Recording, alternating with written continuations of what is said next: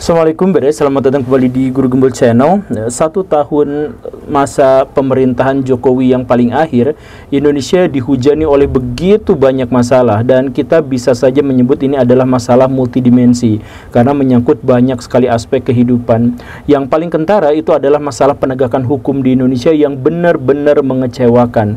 Kemudian masalah indeks demokrasi di Indonesia yang terus-terusan menurun, masalah pertikaian horizontal antar warga, masalah lingkungan hidup terkait dengan dampak-dampak misalkan industri sawit dan pertambangan, kemudian keamanan cyber di Indonesia yang kemarin begitu memalukannya, kemudian berbagai RUU kontroversial di Indonesia yang diduga itu adalah untuk menguatkan satu rezim tertentu, dan sekarang diketahui ekonomi kita sedang terancam. Indonesia diambang resesi.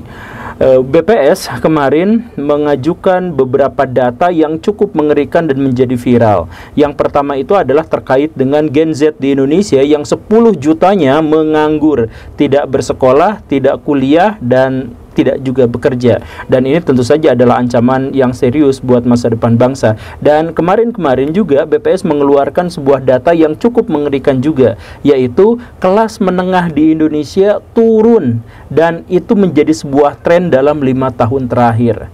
Jadi 5 tahun yang lalu, tahun 2019, kelas menengah di Indonesia itu mencapai sekitar 57 juta orang, dan itu adalah sekitar 21% dari populasi. Sekarang angkanya turun sampai 10 juta menjadi 47 juta manusia dan mewakili 17% populasi. Ini kan ngeri Baraya. Jadi bayangkan dalam 5 tahun orang yang turun kekayaannya itu mencapai sampai 10 juta, dan itu ada di kelas menengah. Jadi yang kelas menengah menjadi kelas rentan miskin. Adapun rentan miskin yang dimaksud itu berarti pengeluaran seseorang setiap bulan itu kurang dari 2 juta rupiah.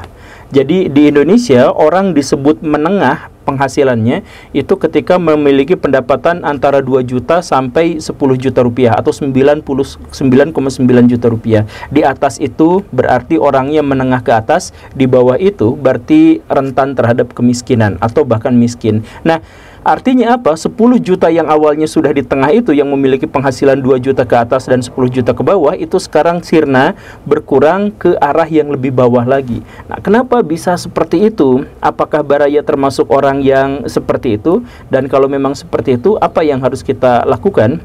Simak videonya sampai tuntas, kita bahas.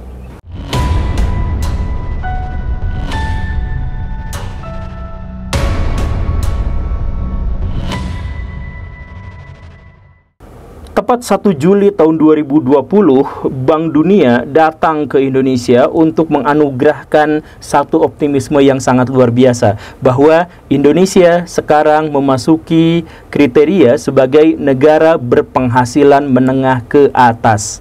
Itu tentu saja menyalakan optimisme bagi rakyat Indonesia dan membuat pemerintah Indonesia berbangga diri, karena sebelumnya kita tidak ada di level itu. Kita senang, kita suka, tapi 1 tahun kemudian Bank Dunia langsung datang juga dan mengatakan mohon maaf bahwa rakyat Indonesia yang semula masuk ke dalam kategori negara berpenghasilan menengah ke atas sekarang turun lagi menjadi negara berpenghasilan menengah ke bawah. Sebagai catatan bahwa Bank Dunia itu memiliki 4 kriteria untuk mengukur kemakmuran sebuah bangsa. Negara level atas, kaya raya banget, menengah atas, kemudian menengah bawah, dan kemudian negara miskin. Dan sebenarnya dari masing-masing kriteria itu ada lebih banyak lagi variabel dan faktor-faktor, tapi dibulatkan menjadi seperti itu saja. Nah, kenapa bisa seperti ini? Kenapa Indonesia baru naik 1 tahun kemudian udah dilengsirkan lagi? Satu hal yang harus kita garis bawahi di sini adalah bahwa Bank Dunia itu biasanya mendeklarasikan tentang kemajuan atau kemunduran kemakmuran sebuah bangsa setelah melihat data tahun sebelumnya. Jadi pernyataan tahun 2020 itu sebenarnya diambil data dari tahun 2019.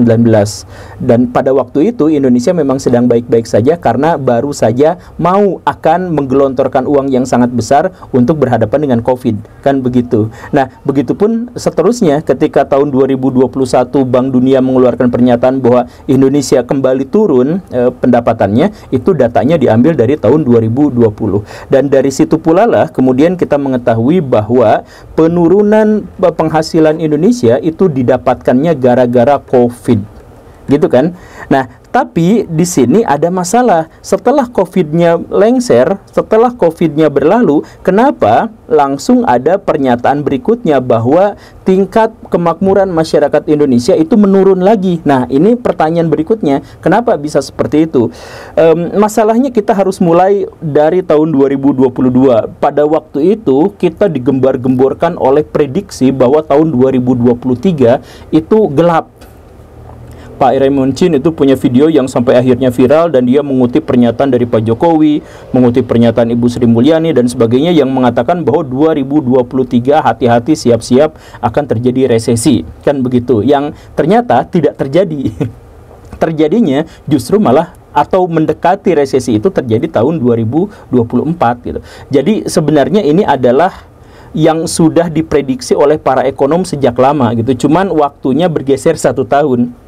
Dari awalnya 2023, kemudian sekarang ada prediksi lagi bahwa mungkin saja terjadi 2024. Dan ini ditandai di Indonesia dengan harga yang membumbung tinggi, tapi pendapatan masyarakat justru cenderung stagnan, kan begitu ya. Dan tentu saja dalam konteks ini, kelas menengah di Indonesia mendapatkan impact yang besar. Jumlah mereka sampai surut 10 juta orang dari total sebelumnya 57 juta orang. Jadi ini data yang sangat, atau jumlah yang sangat signifikan. Nah, kenapa bisa seperti ini? Kalau misalkan kita melihat pernyataan-pernyataan dari pemerintah, diantaranya adalah Pak Jokowi yang langsung melontarkan jawaban, maka jawabannya agak optimistik dengan mengatakan bahwa ya jangankan kita, ya seluruh dunia sekarang sedang mengalami hal yang sama gitu.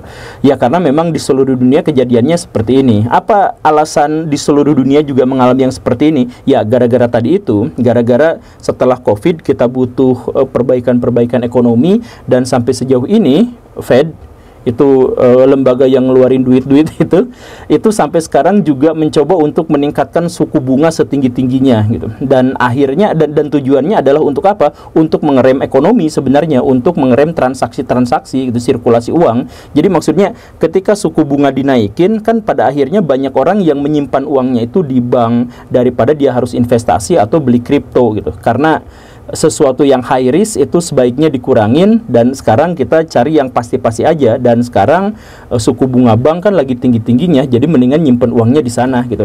Nah, ketika masyarakat nyimpen uangnya di bank, akhirnya sirkulasi uang menjadi tidak terlalu banyak. Yang bakar-bakar duit gitu ya, yang mencoba bikin startup dan sebagainya, sekarang itu lagi hening. Dan karena startup dan sebagainya itu lagi hening, maka sebenarnya sirkulasi uang juga menjadi tidak terlalu besar, dan inilah yang menyebabkan pada akhirnya ekonomi kita itu menjadi stuck gitu. Nah, Pak Jokowi mengajukan alasannya itu adalah seperti itu, dan itu memang benar, bukan hanya di Indonesia tapi di seluruh dunia juga seperti itu. Tingkat suku bunga tinggi di Indonesia, juga tingkat suku bunganya tinggi, mungkin sampai 2 kali lipat dari yang masa-masa sebelumnya. Koreksi jika saya salah, saya belum ngecek. Tapi itu sebenarnya adalah alasan yang memang formal dan alasan yang tidak bisa diganggu-gugat. Tapi di video ini saya ingin menegaskan bahwa alasan Indonesia masuk ke level bawah lagi dalam pendapatan dan hilangnya 10 juta orang yang berpenghasilan atas menjadi penghasilan bawah, itu juga bukan hanya gara-gara ekonomi internasional, ekonomi global, tapi gara-gara masalah dari pemerintah sendiri dan dari rakyat sendiri gitu. Apa coba? Dari pemerintah misalkan ya. Dari pemerintah, masalah kenapa kita jadi jatuh ekonominya itu adalah karena waktu dulu didata bahwa Indonesia masuk kategori negara berpenghasilan menengah ke atas, itu bukan data yang sebenarnya, atau maksudnya ada dalam tanda kutip manipulasi, di mana pemerintah mengguyur orang-orang ekonomi lemah itu dengan berbagai bantuan, dengan berbagai subsidi, sehingga apa? Sehingga orang-orang yang secara real itu miskin tiba-tiba memiliki penghasilan lebih. Nah, penghasilan lebih itulah yang didata, karena mereka kan akhirnya belanja susu, belanja daging dan sebagainya, didata. Oh, ternyata orang-orang Indonesia yang miskin pun mampu membeli ini. Nah, dengan catatan itu, maka Indonesia diklaim sebagai negara berpenghasilan menengah ke atas. Padahal orang-orang yang dimaksud itu sebenarnya adalah tidak benar-benar kaya atau tidak benar-benar mampu atau tidak benar-benar makmur, tetapi mereka mendapatkan suntikan dana dari pemerintah. Itu yang pertama. Jadi dalam konteks ini, itu kekayaan kita itu adalah kekayaan palsu gitu. Kemudian ditambah lagi, kita menghitung bahwa sebuah negara itu kaya atau miskin dan seterusnya itu dihitung dari seberapa banyak konsumsi masyarakat. Nah, karena konsumsi masyarakat kita itu meningkat, maka langsung aja dianggap sebagai naik. Padahal konsumsi masyarakat meningkat itu kan bukan hanya menunjukkan kemakmuran, bisa aja menunjukkan kegengsian gitu kan.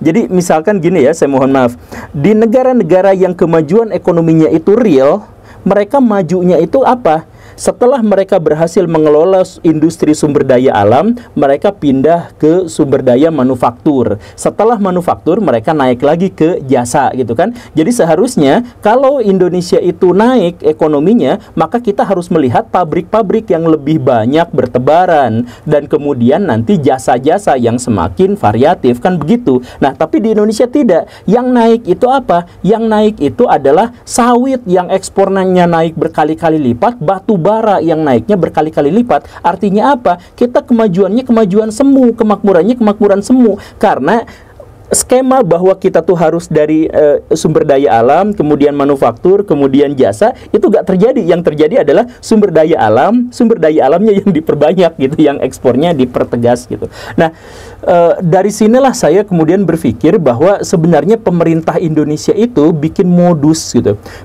Jadi bukan untuk meningkatkan ekonomi masyarakat Indonesia dalam jangka panjang, tapi terlihat meningkatkan ekonomi di masa pemerintahannya gitu. Jadi biar pemerintahannya itu keren, pemerintahannya itu hebat gitu terlihatnya, maka dia memang benar-benar menaikkan ekonomi Indonesia itu drastis atau setidaknya stabil, selalu 5% ke atas gitu, selalu stabil segitunya. Ternyata bukan gara-gara pertumbuhan manufaktur, bukan gara-gara pertumbuhan investasi dan sebagainya, tapi gara-gara sumber daya alam Indonesia yang dikuras, yang dikelola dengan sangat-sangat berantakan gitu. Nah, jadi inilah tudingan saya mohon maaf ya, dasar dari tudingan saya yang menyebutkan pada akhirnya bahwa pemerintah kita bukan menaikkan ekonomi rakyat, tapi membuat terlihat mampu menaikkan ekonomi rakyat di masa pemerintahannya saja. Nanti pas masa pemerintahan berikutnya justru beban yang ditanggungnya menjadi sangat-sangat besar. Karena apa? Karena nanti sumber daya alam kita semakin lama semakin menipis, tetapi perkembangan manufaktur dan jasa di Indonesia tidak berkembang, kan itu. Jadi apa yang menyebabkan ekonomi Indonesia sebenarnya jatuh itu salah satunya adalah gara-gara pemerintah tidak berniat untuk menaikkan kemakmuran ekonomi rakyat, tapi berupaya untuk terlihat supaya menaikkan kemakmuran ekonomi rakyat. Itu yang pertama. Kemudian masalah berikutnya bukan hanya salah pemerintah, tapi juga adalah masalah rakyat Indonesia. Jadi ini terjadi sebenarnya secara umum ya. Jadi kalau misalkan Baraya mengecek bahwa Indonesia itu sekaya apa, Baraya silahkan bandingkan dengan seberapa banyak uang yang keluar sia-sia gitu. Kita tuh bangsa Indonesia itu terbiasa untuk mengeluarkan uang tanpa batas, tanpa perhitungan, dan hilang aja begitu saja gitu. Jadi coba misalkan yang sederhana beginilah Baraya. Judi online. Di Indonesia setiap tahunnya itu kerugiannya sampai 600 triliun rupiah. Artinya apa? Duit 600 triliun itu dibuang ke luar negeri oleh rakyat Indonesia sendiri. Kemudian kita mengetahui pinjol. Pinjol itu kerugian negara berapa? 120 triliun per tahun. Dikirim ke luar negeri. Siapa yang melakukannya? Ya masyarakat Indonesia gitu. Jadi masyarakat Indonesia, uang yang bisa digunakan untuk bikin IKN berkali-kali, bikin kota berkali-kali, bikin apa berkali-kali, itu ratusan triliun dibuang ke luar negeri. Kemudian masalah yang sering saya kupas, makanan sisa yang kita buang itu mencapai 500 triliun setahun. Hanya gara-gara apa? Gara-gara kita buang sampah makanan, nggak dikelola sehingga menghasilkan income baru, nggak diapa-apain sehingga misalkan baik untuk lingkungan dan sebagainya, dibuang begitu saja sehingga kerusakan yang ditimbulkan dan kerugian yang ditimbulkan itu mencapai 500 triliun setahun. Ditambah lagi misalkan kemacetan itu sampai merugikan negara 100 triliun per tahun. 60 triliun itu gara-gara biaya kesehatan yang ditanggung BPJS apa segala rupa itu naik gara-gara kemacetan gitu ya, gara-gara polusi dan sebagainya. Kemudian itu waktu yang terhenti dan sebagainya, pokoknya hitungannya adalah 100 triliun rupiah gara-gara kemacetan. Kemudian apalagi? Masalah berikutnya itu adalah pencurian sumber daya alam Indonesia. Misalkan ikan di Indonesia aja, Ibu Sri Pujiastuti dulu bener ya, pokoknya mah Ibu Puji Astuti itu pernah melaporkan bahwa hilangnya ikan di Indonesia itu menghasilkan kerugian sampai 2000 triliun rupiah. Itu kan ngeri gitu. Ditambah lagi misalkan apa? Sampah plastik. Sampah plastik itu setahun merugikan Indonesia sampai 250 triliun rupiah. Sampah plastik kan kita kalau jajan es cekek gitu apa itu dibuang kan, dibuang sembarangan gitu, dan itu akhirnya ke laut. Itu kerugiannya sefatal itu 250 triliun kita buang gitu. Kemudian apalagi? Rapat dinas, kunjungan, pokoknya mah hal-hal yang teknis gitu, itu menghabiskan anggaran sampai 75% dari sesuatu yang dianggarkan gitu. Jadi misalkan jatah buat fakir miskin yang kemarin itu adalah 500 triliun rupiah, tapi kebanyakan justru habis untuk rapat di hotel mewah, untuk kunjungan-kunjungan, bikin seminar yang dimahal-mahalin dan sebagainya. Coba Baraya cek kalau misalkan pejabat-pejabat itu mau kunjungan ke daerah, itu hotelnya harus yang terbaik, naik mobil yang terbaik, dikawal sama satpol sama polisi yang pakai strobo apa segala rupa gitu. Padahal datang ke sana juga ngapain ya? Nggak ngapa-ngapain juga, mereka hanya formalitas aja gitu. Nah, tapi itu yang terjadi. Artinya apa? Kita membuang 75% duit kita itu untuk melakukan hal-hal yang percuma gitu, yang administratif bisa dilaporkan oke, dan itu sah, tapi itu malah merusak gitu. Ditambah lagi misalkan masalah pungli. Masalah pungli itu Baraya itu merugikan negara bahkan sama atau lebih besar daripada korupsi yang tercatat gitu. Karena pungli itu kalau misalkan ada orang-orang investor, Elon Musk datang ke Indonesia mau investasi sekian triliun, lihat banyak orang yang pungli di situ gak jadi Baraya. Itu banyak perusahaan-perusahaan yang mau datang ke Indonesia untuk investasi tapi gak jadi gara-gara punglinya tuh luar biasa gitu. Jangankan yang level kayak gitu, kita beli ke Indomaret, ke Alfamart aja ada punglinya di situ. Nah, kerugian-kerugian yang begitu besarnya Indonesia itu berapa ribu triliun setahunnya, kita yang buang gitu.